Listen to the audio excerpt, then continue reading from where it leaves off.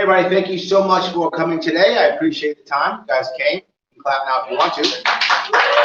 Thank you. We are here in Vestal in Broome County, and I want to say again, thank you for showing up. FullSharpe, stop number 12, I think we're at now, crossing the entire state, 62 counties. Why in the world would I do this? Because I care. That's the reason. Because I care. Because it matters. Because I care about my state.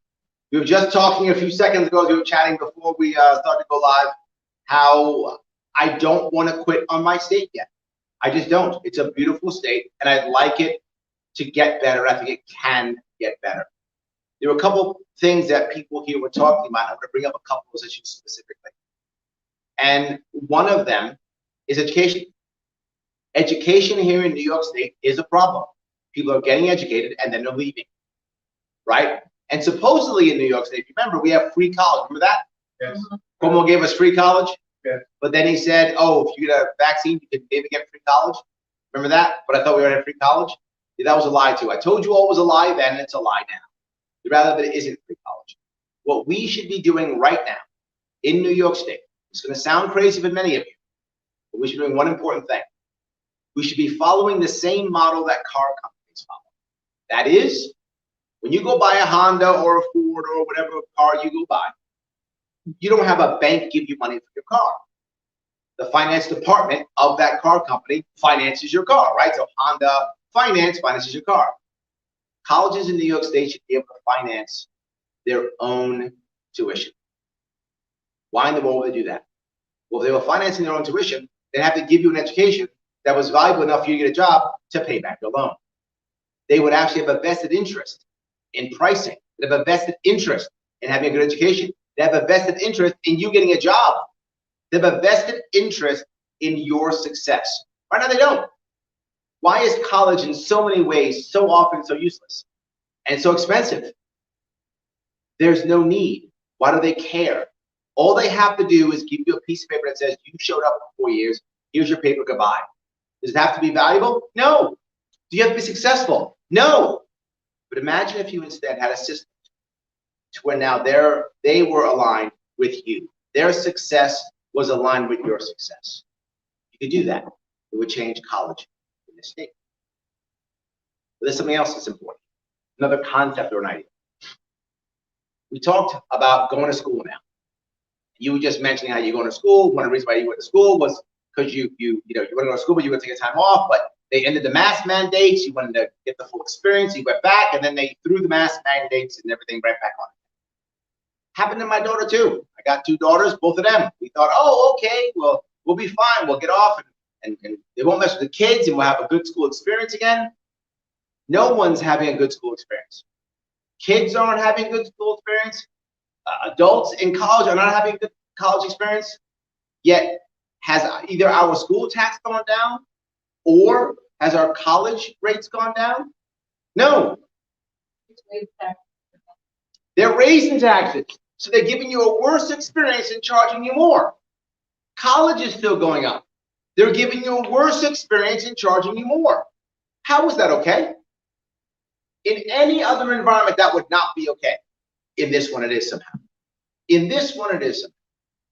And the worst part about the whole thing is so many people decided, okay, I'll do what you say. I'll wear your mask. I'll do it. I'll get your vaccine. I'll do it. I'll do it all. Okay, I'll do it. Just let me have my life back. Okay, you win. I surrender. You win. I'll do the things. Give me my life back. And they went, sure, absolutely. And we did the things. They said, just kidding. Just kidding. You don't get your life back. Thank you for doing the things. In fact, not thank you. You should have done the things. You should have done it. Not even thank you for the things. You should have done the things. And you better keep doing the things or you're evil. And you don't get your life back. How you like that? That's what we got. That's what we got. And we wonder why people are so upset. And I'm going to walk down a couple of roads. Road number 1. What if these vaccines are really important for us? What if they are? What if the experts are completely correct and they're so important and so critical for us? Okay, great. They are. Love that. You know, I have a bunch of people who are angry and now we'll never get it. You've just ensured that people who will need it because they're critical will never get them. They'll fight you. You see it. They're losing their jobs and livelihoods over it. They're leaving college and school over this because you forced it. And here's the worst part. For some people, COVID's very bad. For most, it isn't that bad. But for some people, it's very bad. What happens to the next one? The next one comes when it's bad for everybody. What about when that one comes? When one does come, that's bad for everybody. Say again? People aren't getting the vaccine still. You ruined it for the people who at one point will really need it and it will really be bad. You ruined it for them. Let's say the vaccines aren't that important. They're good, but not critical. Let's go down that road. One, they're great, critical. Other one, they're okay, they're good, whatever. You fought on that hill. You fought on dying on the hill when it wasn't that important. So if the vaccines are great, you lost. The vaccines are okay, you lost. But the vaccines aren't that important. How evil is that then? That's the worst of all of them. So regardless of whether the vaccines are great or mediocre or bad, the idea of violence is a problem. The idea of violence is the problem. Well, Larry, you're anti this, anti that. No, no, no. What I am is pro-consent. I want people to, you can laugh at that if you want to, please, absolutely, please, absolutely, yeah. Pro-consent. That's the issue. You should be doing what you feel is right for you. And what's the old saying that we say all the time with parents? Good ideas don't require force. Right? Good ideas don't require force. And as this became a better and better idea, most people, if it's true, would have started. You saw that happen. Over a year ago in New York City. Over a year ago in New York City, I talked about this. I'm in New York City and I'm watching people on their own before one rule, before one mandate. I started seeing stores deciding, you know what? Let's buy those cool little stickers that say 6 feet apart, and they were buying them already, and people started doing it all on their own. They were doing it on their own. They're like, you know, this makes sense. They thought it made sense. They thought it was a good idea. So what they do, they adopt it. They thought it was a good idea. They start doing it. Then they started having separate times for like the elderly to come in. I don't know if you have to remember that. Like the elderly came at a certain time, right? But yeah, they were at a high risk with a certain time, and then had extra precautions at that time, and then more open when the high risk we weren't. Remember that? On their own, they were doing this. They were closing the clean. They were closing the clean, right? All these things were happening before anybody said, you got to do it mandatory. It wasn't in any way, shape, or form. It was not politicized. It was just, if you were concerned or worried, you started it. Then they made the mandate. Then everything got politicized. Then wearing a mask was political. Then getting a vaccine was political. It didn't matter if it was good for you or not. That was relevant. That was political. But I actually had a New York City councilman say, we should all wear a mask for solidarity. Right. You remember that? He said that, for solidarity. He didn't say because it works, doesn't work. That didn't matter. Show me that you're on my side. Show me that you're one of us. That's why I want you to wear that mask. And people say, we're joking about that. He said it openly. He said it openly. They asked my mayor, Mayor Bill de Blasio. I am not a Bill de Blasio fan. Clearly, I am not a fan. Obviously, not a fan at all. But remember when I talked about him compared to Blasio, what did I always say? I'm sorry, compared to Cuomo, what did I always say? Two different types of people. Cuomo was not a true believer. He was an autocrat. He was a Cuomoist. He would use anything possible to stay in power. He was only a Democrat because it would work for him. He'd have been a Republican, he'd been a communist, he'd have been a whatever. As long as he'd given him power is what he would have been. But de Blasio's not that way. De Blasio is a true believer. He's a true believer. He's actually honest. He actually is. When de Blasio says he's coming for your money, he's coming for your money. Like, he's not playing, he's coming for your money. He means it. Don't think he's joking. He's actually honest. And they asked him, they said, what do you think about the mandates? What do you think about them? He goes, oh, they're awesome because they worked. That's what he said. Yeah, but you were forcing people. I know, we were forcing people. The mandates we forced, and it worked. Literally, he said in an interview openly, yeah, might makes right. Absolutely it does. Might makes right. How are you going to get people to believe in you when you will openly say might makes right? Business is down about 46% in NYC restaurants now. Absolutely. New York City is becoming a ghost town. Absolutely it is becoming a ghost town. And he still believes that he's an amazing mayor. He's going to run for governor, in fact. Yes. He believes that he's an amazing mayor. Yes. I'm sorry, some of you still a little bit in your mouth, I know, I'm sorry. But yes, that's what actually happened. So this is what I'm saying. How can the force work? It can't. Force is a wonderful short-term solution. I don't have any money. It's my gun, give me money. I now have money. Short-term solution, awesome. But in the long run, we got a problem. Force is a good short-term solution. It's a terrible long-term solution. It always comes back to bite us. We're going to see it here now. These mandates are wrong. Whether you want any of it or not is up to you. That's not the point. The point is you should have what you want when you think it's appropriate with your life. The second we don't do that, things start getting bad. Here's an example I'll give you. That will make some of you unhappy, some of you happy. Some of you don't like religious exemption. I know it. I see it. I see it in my DMs. I see, who cares about dumb religious exemption? I hear it all the time. Our governor here, our new governor, Her Majesty Queen Hochul, along with the Queen. Now, yes, Queen Kathy, we lost the king and got a queen. She said, by the way, as you know, she knows what God wants. Yes. She has expressed that. Yes, I'm not sure. If those of you don't know, she actually said that. She knows what God wants.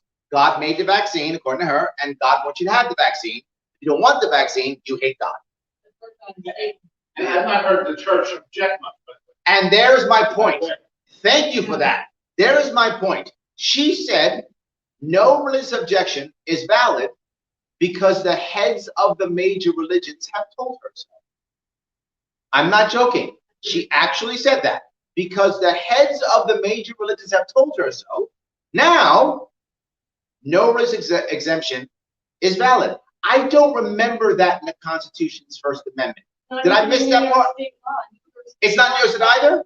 Deeply held personal religious belief. Literally every Can you say it again? pastor could disagree. Hold on. Deeply held personal religious belief. Huh. That does not mean heads of the four senior religions tell me what to do. I don't remember that part. There we go. Now you might say, Larry, does it really matter?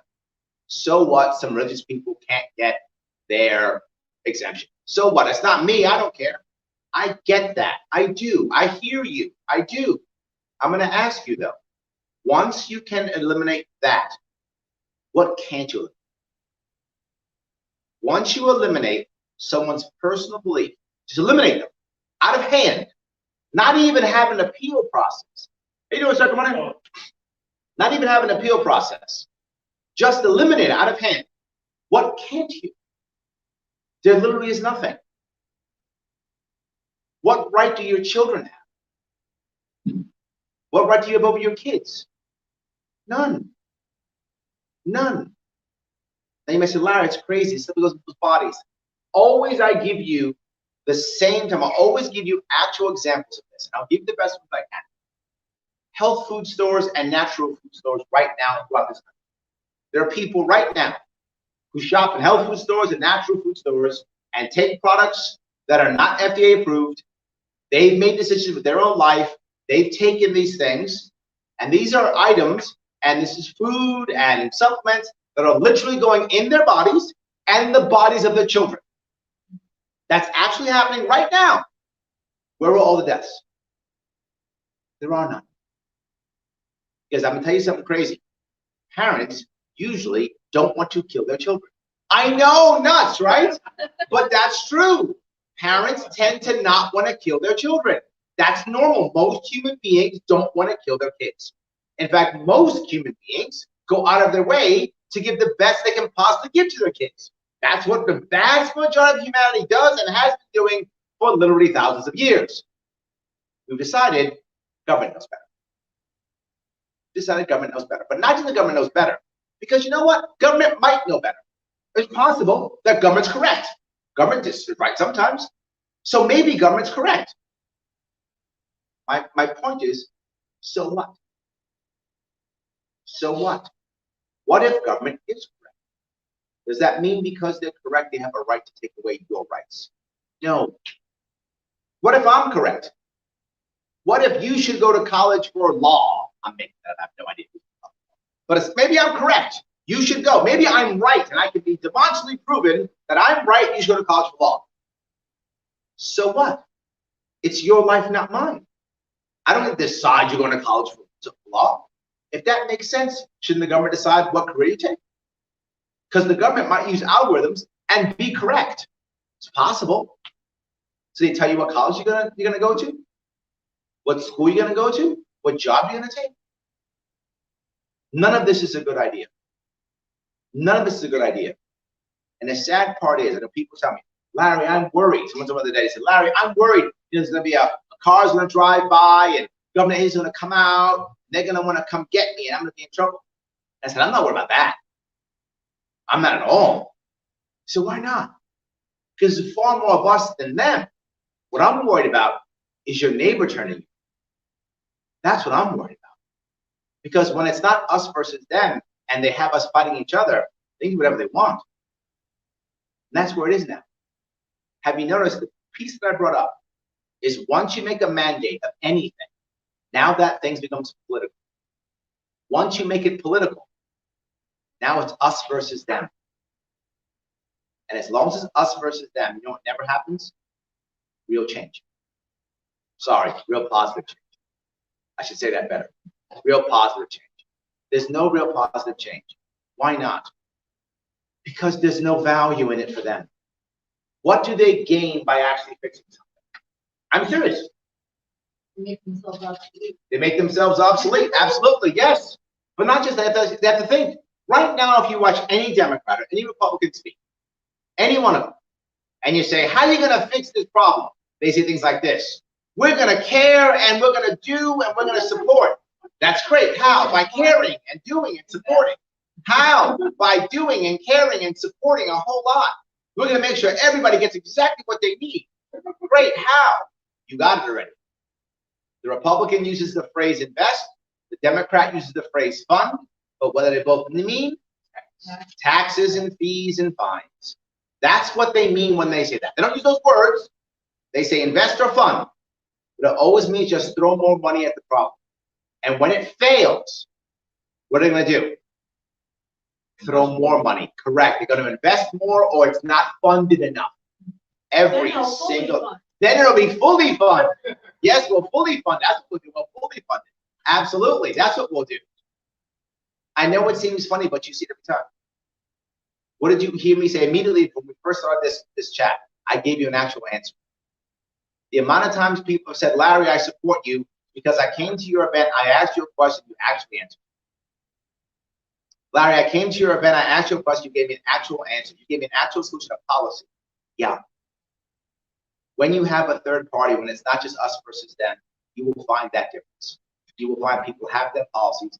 We'll have to talk about the policies. And if you hate my policies, Larry, your policies are crazy, they're wrong. Awesome. You gotta talk about the policy though. You can't just go, well, I'm not the other, which is what we do now. Yes. But Larry, yes, exactly. Yes. No more of that. Because right now I don't have to have an answer. I just go, well, I'm not her. So you gotta vote for me because she's clearly evil. If I'm in a red district, she's Democrat, clearly evil. I'm a blue district, she's Republican, clearly evil, right? And I'm the same district you're in. So now what do? Now we gerrymander a district to make sure that the red ones stay red and the blue ones stay blue. So we, the voters, aren't picking our candidates. The candidates are picking the voters. I'll go one step further. The candidates aren't picking either. The parties are. The parties are picking the voters. Then they're telling us what candidate will go in that slot. And then so we just get the candidate they pick. For those you don't know, parties are not in the Constitution either. That's also we made up. We made that up too. George Washington warned us about that. We ignored him. We made it up too. The system has to change. The only way it changes is to the third party. Yes, thank you. I've been saying that forever, and I keep saying it. I've been saying it for 5 years now, and I'm still saying it. That's the answer. We make a third party, the system will change. Don't hate the player, hate the game, change the game, you'll have better players. That's how it works. Guys, thank you so much. I appreciate it. Thank you. Any question or comment that I can take about what we talked about? 100% yes. 100% yes. Go ahead, please. One big issue that a lot of my peers are worried about right now, like aside from all the education-related issues that you talked about, how do we protect free speech on college campuses? Yes. Oh my God. Yes, absolutely. Right. College was supposed to be a place where you would be able to get ideas that might make you unhappy. You might think differently than you were raised. That's a good thing, because in theory, if your thought processes are good and your ideas are strong, you'll hear someone else say something, you have a back and forth, you go, yes, I'm even more stronger in my conviction. Or you'll think, well, maybe I'm wrong on something. Maybe I should rethink. Or more importantly, maybe other people just don't think the way I think because they're different than me. The problem we have with campuses right now is we've confused something. We've confused diversity with diversity of thought. Those are two separate things, right? Diversity versus diversity of thought. So if you look at college campuses now, when they advertise and say, hey, you should come to my college campus, my college, we're open to discuss, you should come because diversity. Diversity matters. Diversity is important. And they're right. Diversity of thought is critical for anyone to grow. You can't get smarter if people don't give you other ideas for you to bounce your own ideas off of, right? It is like literally impossible. Diversity of thought is amazing. They're crushing diversity of thought and encouraging just diversity with actually unification of thought. For any organization to be successful, the goal should be diversity of thought with unity of purpose. Any organization will be able to do that. If you can get the same, we're all on the same page, we're all in the same spot, but diversity of thought, we can win. So how do we change that? By changing the mindset. It's not about diversity for diversity's sake. It's about diversity of thought, which very often does mean physical diversity. That's often true, but not always, but often true. Right? If I got two guys, both came out of Boston, both came out of a wealthy neighborhood, both went to the same high school, both went to the same ritzy college, one's Hispanic, one's white, did I get diversity of thought? Probably not. Probably not. But I get two Hispanic guys. One guy comes from that, one guy comes from, I don't know, his parents came across the border in Arizona, and his dad was an entrepreneur, and he busted his rub as a teenager building houses. Diversity of thought? Yeah, in this case, both Hispanic. Does that make sense? I want diversity of thought. That's critical. When you focus on diversity of thought, you get value. But it's the second piece. You have to have people who understand that freedom of speech means people will be offended. People will be offended. And when you get offended, you know what your freedom of speech says? You can offend back if you want. I'd rather you not. I'd rather have a conversation. But you can. You can. Should I go outside and point at people and go, you know what? Let me tell you, I'm going to rate you how attractive you are. 1 through 10 as I walk in the street. I could do that. That's a jerk move, and I shouldn't do that, but I could. He's an 8, she's a 10, she's a 3, he's a 5. I could do it if I wanted to. I could do that if I wanted to. To me, it's freedom of speech to do it, right? I could. But man, what a jerk move. And if someone would have yelled at me, what an idiot I am, then it affects me something. Did you see that horrible incident that happened fairly recently where the market shut down and economists campus? Yes. And tipped over the Republican tables and got in their face, and 60 administrators, from what I understand, sided with.